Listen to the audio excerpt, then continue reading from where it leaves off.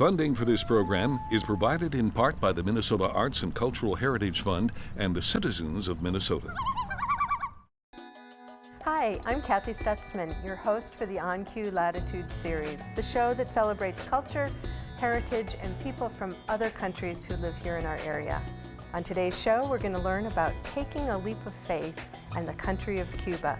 Stay tuned. On Q Latitudes is next.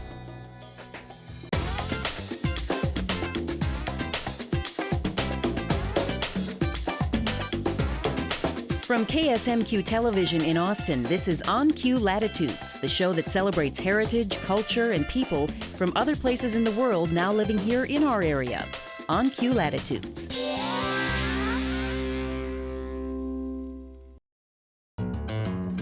Cuba. This island country has become a mystery to many since the communist takeover more than 50 years ago. Cuba's history is one of colonization and revolution, originally inhabited by several Native American groups. Columbus's 1492 expedition visited the island of Cuba, bringing European influence. Spanish explorers colonized the island with the first settlement in 1511. American, French, and African influences also shaped Cuba's history. Independence came in 1902 following the Spanish-American War. A turbulent period in the 1950s led to an overthrowing of the government, bringing in Fidel Castro and communist rule, which continues today under the leadership of Fidel's brother, Raul.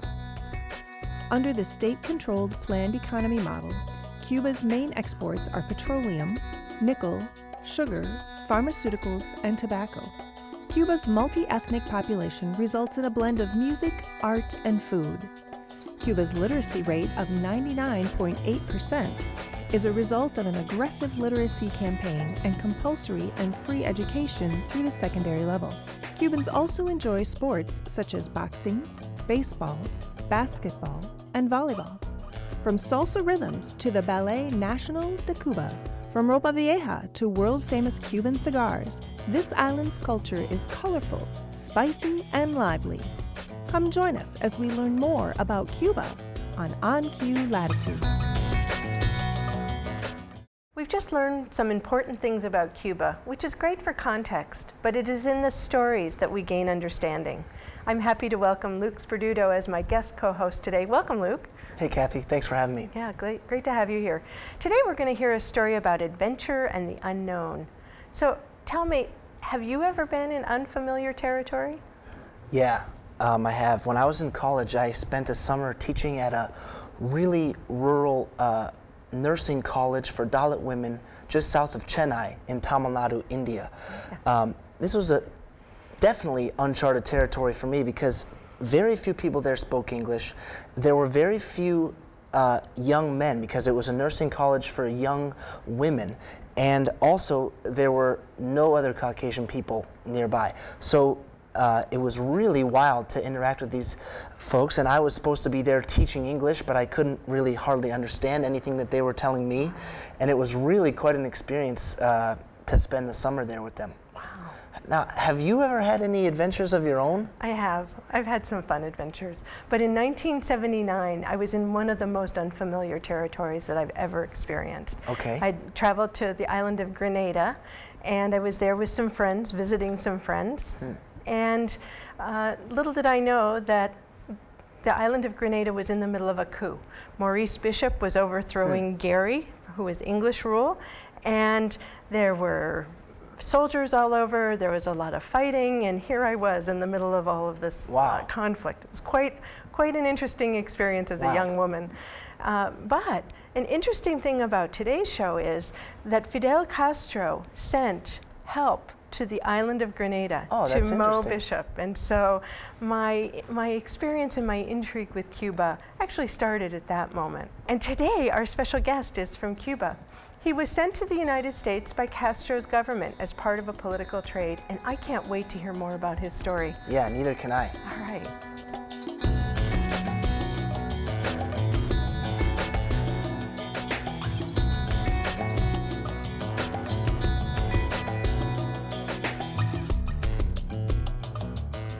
Today, Luke and I are so happy to welcome Ernesto Rodriguez Ruiz to the show.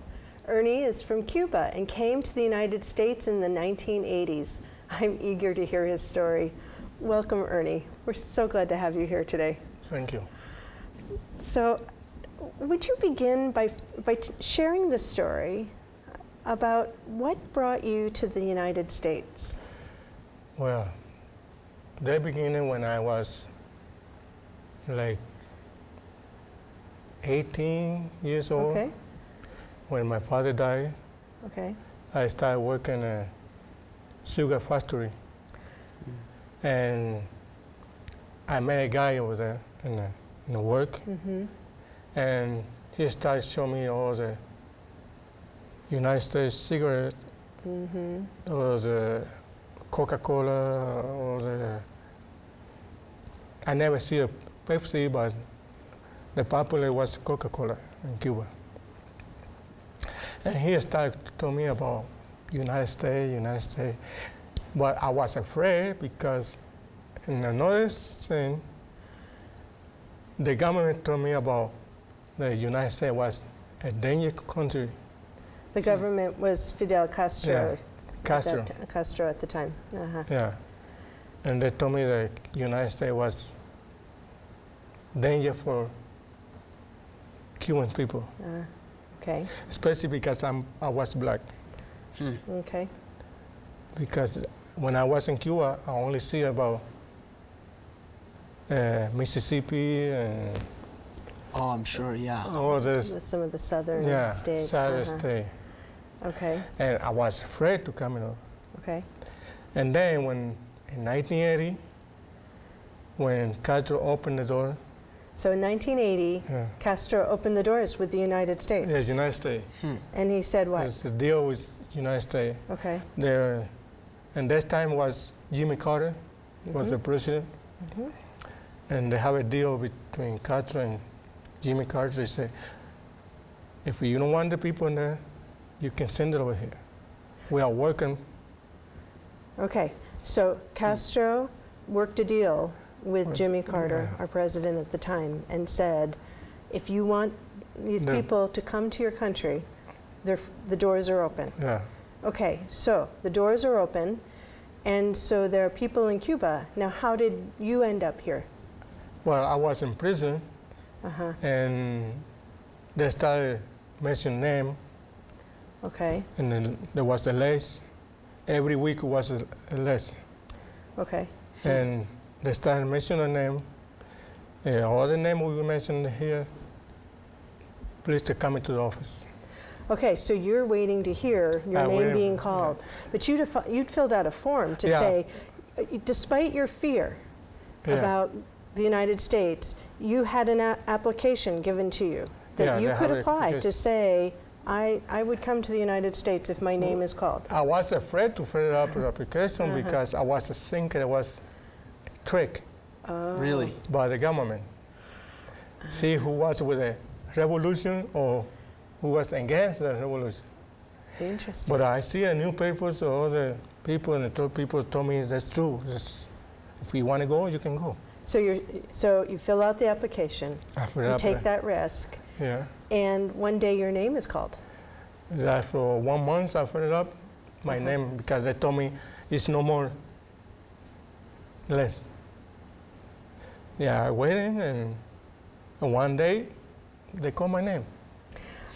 So I'm going to just stop the story for a second and ask this question. Why were you in prison? Well, I was in prison because, like, Cuba government teach us how to steal it. So you were stealing from the Cuban government? Yeah, I steal Okay. from the store and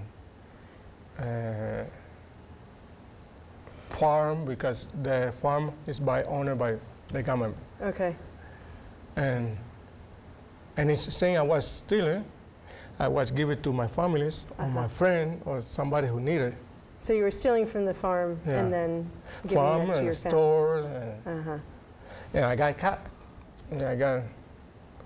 So after you got called into the office and you're on your way to the United States, what are you thinking about your family members who you are having to leave now? Are they also coming with you to America? No. Because when I was in prison, any of my family went to see me in my prison when I was in prison for 5 years. Nobody went to Sorry. no letters, no nothing. And I said, well, I'm on my own. Yeah, 40 years in prison. I don't want to be 40 years in prison. Okay. So And- then it's time. It's time to hit the road. Change And my life. this deal that got worked between Castro and the United States government was actually an interesting deal, I think, if I remember. Well, that was a good deal for Castro, but not for the United States. So what Castro said was for every family member that leaves Cuba to come to the United States, you have to accept 5 more people. And so So all the people who was in prison, got sent to the United States. they was sent to the United States Interesting. Yeah. because they came to America. They came all the kind of people, And- religious, crazy, and old people, young people, all. And some people who were just trying to take care of their family. Yeah. And so your name is called. You're on a boat. On a boat. You got a boat, right? You They just put me in a boat. They said, "You go in this boat," and there was like 80 people in the boat. Like that was like a big boat, like fishing boat. Really? Yeah, So once you got, I assume you landed in Florida. and Florida, Key And- West. Okay, in Key West. And how did you get from Key West up into the upper Midwest? Midwest, but okay, I don't know nothing about the United States. Sure. I hear about Chicago, Miami, San Francisco, Okay. Los Angeles, New York, all the big city, but I never hear about Wisconsin. Yeah, Or no one Minnesota. ever does. No, Minnesota. Yeah. Then, when we arrived to Key West, in the put in the bus and drove to Miami Okay. to the airport. And from the airport, we get in a plane to La Crosse, Wisconsin. No way. So you went straight from Cuba to Miami to La Crosse, Wisconsin. From Cuba to Key West, from Key West to Miami, or Miami to La Crosse, Wisconsin, and from La Crosse, Wisconsin to Fort McCoy, Wisconsin. That's incredible. Fort McCoy is the Army base. And so at the Army base, you made a friend. I made a friend. Okay. He was working in the kitchen. Okay. He was preparing meal for the refugee, Okay. and there was 15,000 refugees 15,000 refugees Wow. at Fort McCoy. at Fort McCoy. That's amazing. That's a lot of food you have to prepare. Oh yeah. And I understand you also taught him a little bit about how to cook Cuban food. No, You no. didn't? You didn't? Oh no, no. No, that's my grandma. She's the one that taught you to cook Cuban Yeah. food. She Well, taught it's you. like, she's not from Cuba. Oh. Where is she from? She's from Haiti, Okay. Haiti. but she came to Cuba. Interesting. Yeah. Okay, so let's talk about your grandma for a minute. Can we talk a little bit Yeah. about? So she taught you how to cook. Cook everything, how to Everything. cook, how to respect people, how everything. Nice, nice. So what is an example of a typical dish that you would cook that she would have? Well, we have this between Cuba and Haiti. They have a dish they call ajiaco. Ayago? Ajiaco, Ajiaco? yeah. It's all the kind of vegetable cooked together. Vegetables? Okay. Vegetables like malanga. You don't know what malanga is? Malanga. Okay. That's Cuban vegetable. Okay. Okay. Potatoes. So is it a spicy dish?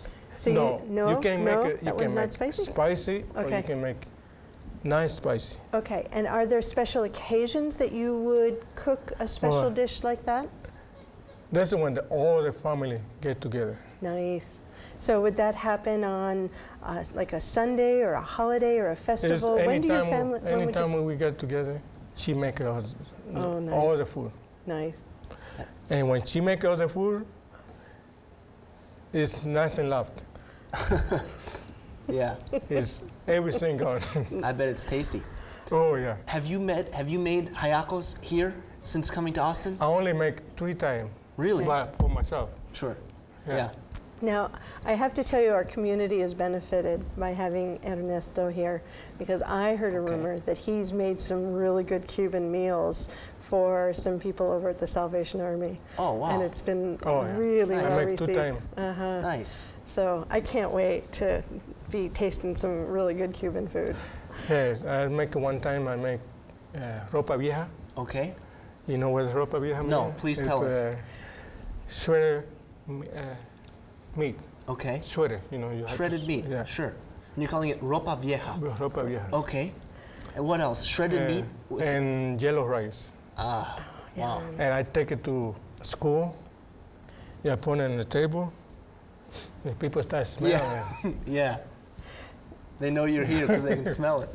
So Ernie, something I'm interested in, I know that you were 24 when you left Cuba, but are there some festivals or some celebrations that, traditions and heritage that you remember from your time in Cuba that you've been able to incorporate or that you are Well, trying the to... only, they call it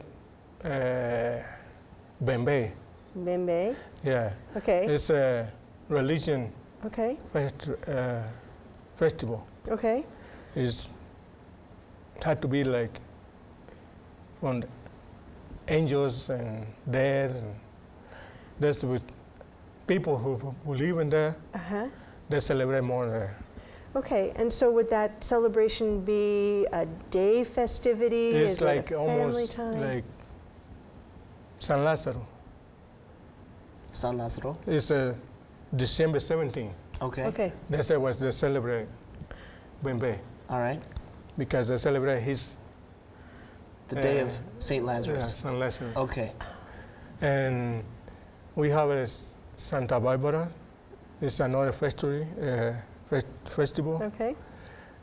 Carnival. Like Sure. Rio The Carnival. Carnival, Yeah. uh-huh. So do you ever get Carnival. a chance to meet with other Cubans in the United States on those days? Well, sometimes we get together sometime. Sometimes. Not all the time. Sure.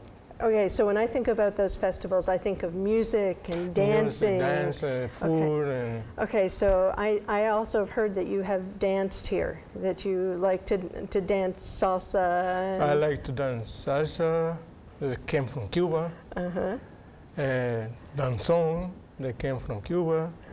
Cha-cha-cha. That came from Cuba. Charleston. You know the charleston? Think of It's that. a long, Okay. Big old No. dance, huh? yeah, this all dance. That's when my father was alive. The Charleston. Yeah. Yeah. So- Wow. Yeah. Okay. And I had no idea that that a lot of those dances came from Cuba. Yeah, Just they come. amazing. yeah, cha-cha-cha that came original from Cuba. So we only have a few minutes left, and so before we leave, I want to just make sure we talk a little bit about your family. We have a photo here of your Yeah. mom and dad, That's right? my mother and my father. Uh-huh, And they never was married. uh-huh, They have 4 children. I'm the only boy, uh-huh. the Really? girl. And then she married another guy. Mm-hmm. But before him, she had 3 children. 4. 2 children. Then she had 2 more children. 3 more children. And then she had another one with a Spanish guy. Wow. Then she got me with my father again. And then she got married again and have 3 more children. So you Ernie. have 10 brothers and sisters, Yeah, I think, 10 right? Did you carry these photographs with you all through all of those prisons ever since that time? No. Where did these come from? Okay. This picture sent it to me from my sister. Okay. My sister sent them to me like in 2008. That must have been nice. Yeah. And That's when I started get a contact with my sister. Sure. Now I cannot have a contact because there's no communication. Yeah, it's hard to It's communicate. like phone call to Cuba, Yeah. they cost too much. Yeah. Uh-huh. To go to Cuba, it costs too much. Yeah. Especially if you don't have a passport. Or visa. For me, they cost too much. The passport cost like Yeah. almost $500. That's a lot of. It's a big barrier. Mm-hmm. Man. And so you have children here, so I just want to make sure we cover your family. Yeah, I got two children. Two children? And My blood children. uh-huh. Blood children. Two blood children. I got a boy. His name is Steven Anderson. He lives here in Austin. Okay. And I have my daughter. She lives in Abeli. Okay. Her name is Cristina Garcia. And I have another stepdaughter. I know her from the time she born. Mm-hmm. Is Katie Garcia. So I'm wondering, with your children, how are you and your grandchildren and your family that you have here, how are you passing on your Cuban heritage? How are you passing on those Well, I traditions? teach them like dancing and You take them cook dancing and cooking, all right? and the value of us, the family. I had to teach that sometimes they don't know the value of family. Yeah. Like I know there's a lot of people here, including everybody, an opponent. Sometimes they don't have a value of family. Mm-hmm. And I like to teach my kids the value of family and friends, and everybody had to get along. We've heard so many of our guests have shared that the importance of family is really Yeah. critical. That's a common value that, My family coming first. yeah. So thank you very much for being here with us today, Ernie. You're welcome. And thank you for joining us. If you would like to share your thoughts or experiences with Cuba, please join the conversation on Facebook and stay tuned. Luke and I will be right back in just a moment. On Q Latitudes is fostering an online conversation on KSMQ's Facebook page. Here's a recent post.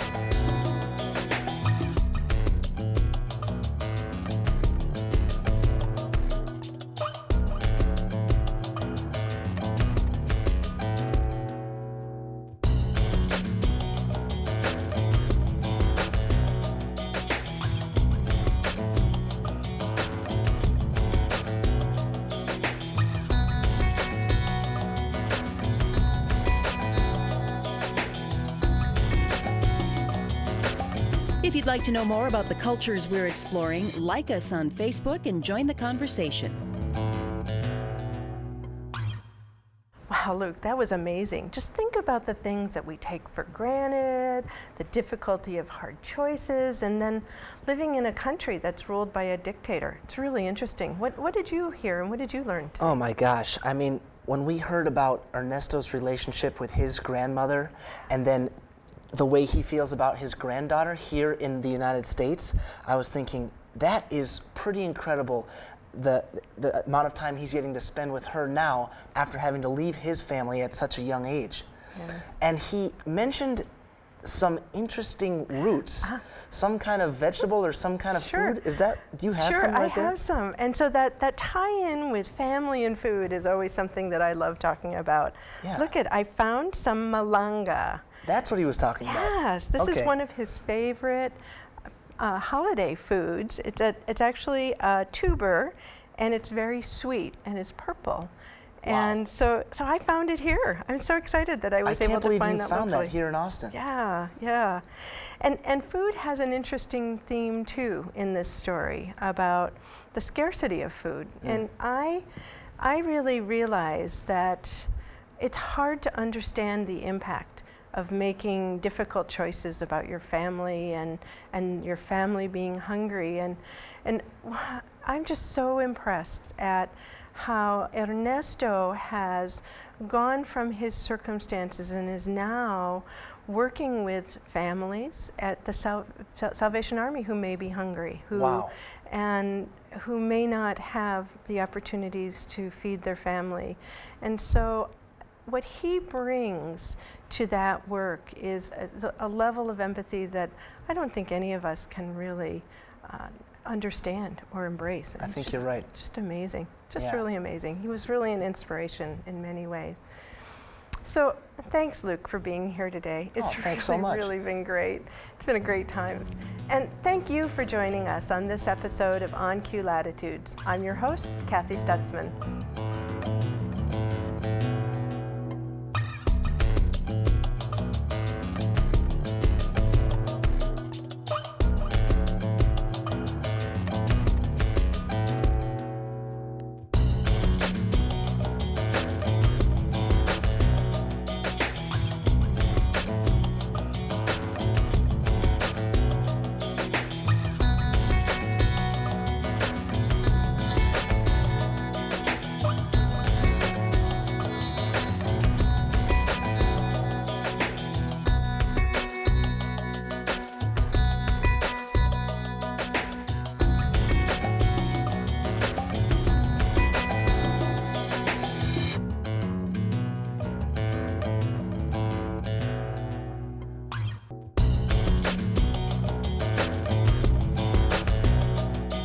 On Q Latitudes is a production of KSMQ Television in Austin, nonprofit public television.